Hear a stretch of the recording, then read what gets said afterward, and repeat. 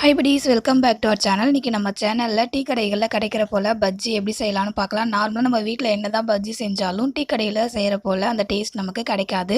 ஆனால் இன்றைக்கி டீ கடைகளில் செய்கிற போலவே அதே டேஸ்ட்டு மாறாமல் எப்படி செய்யலான்னு பார்க்கலாம். சோடா உப்பு சேர்க்காமலே நல்லா பஜ்ஜி உப்பி வர்றதுக்கு டிப்ஸ் சொல்லியிருக்கேன். லாஸ்ட் வரைக்கும் வீடியோவை ஸ்கிப் பண்ணாமல் பாருங்கள். இதுக்காக 2 சைட்லேயும் வாழைக்காவை கட் பண்ணிவிட்டு மேலே இருக்க தோலை ஒரு பீலரை வச்சு பீல் பண்ணி எடுத்துக்கலாம். பீல் பண்ணதும் வாழைக்காவை ஸ்லைஸாக கட் பண்ணி எடுத்துக்கலாம்.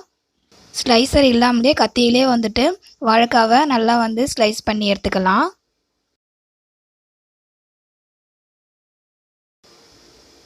ஸ்லைஸ் பண்ணி வச்சுருக்க வாழைக்காய் எல்லாத்தையும் ஒரு பவுலில் தண்ணி எடுத்துக்கிட்டு அந்த தண்ணியில் போட்டு வச்சிடலாம். வாழைக்காய் கருப்பாகாமல் இருக்கிறதுக்காக தண்ணியில் போட்டு வச்சுருக்கோம். நெக்ஸ்ட்டு பஜ்ஜி மாவு ரெடி பண்ணிடலாம். 1 கப் அளவுக்கு கடலை மாவு எடுத்திருக்கேன். 1 கப் கடலை மாவுக்கு 1.5 டேபிள் ஸ்பூன் அளவுக்கு காஷ்மீரி ரெட் சில்லி பவுடர் சேர்த்துக்கலாம். 1/2 டேபிள் ஸ்பூன் உப்பு, 1 டேபிள் ஸ்பூன் அளவுக்கு கார்ன்ஃப்ளவர்,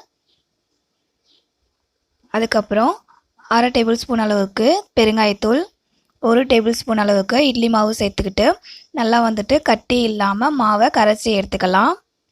இதில் காஷ்மீரி ரெட் சில்லி பவுடர் சேர்த்துக்கிறதால ஃபுட் கலர்லாம் சேர்த்துக்க வேண்டாம். கார்ன்ஃப்ளவர் இல்லை அப்படின்னா அரிசி மாவு சேர்த்துக்கோங்க. இதில் நம்ம சோடா உப்பு சேர்த்துக்காமல் இட்லி மாவு சேர்த்துருக்கோம்.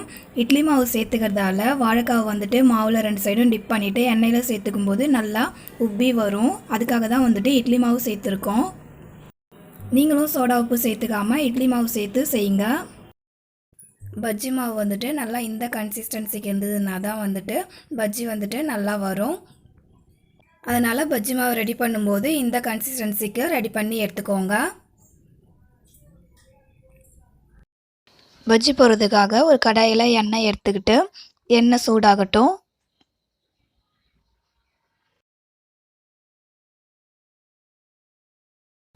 எண்ணெய் சூடானதும் வாழைக்காவை மாவில் 2 பக்கமும் டிப் பண்ணிவிட்டு எண்ணெயில் சேர்த்துக்கலாம்.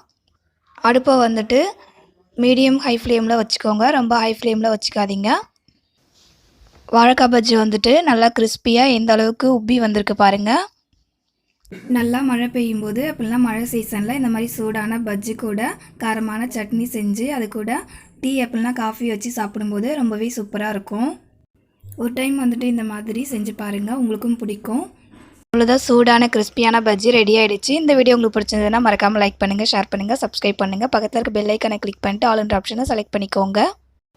இதே மாதிரி ஒரு சூப்பரான ரெசிபியோட நெக்ஸ்ட் வீடியோவில் மீட் பண்ணலாம். பட் தேங்க்யூ ஃபார் யுவர் வாட்சிங்.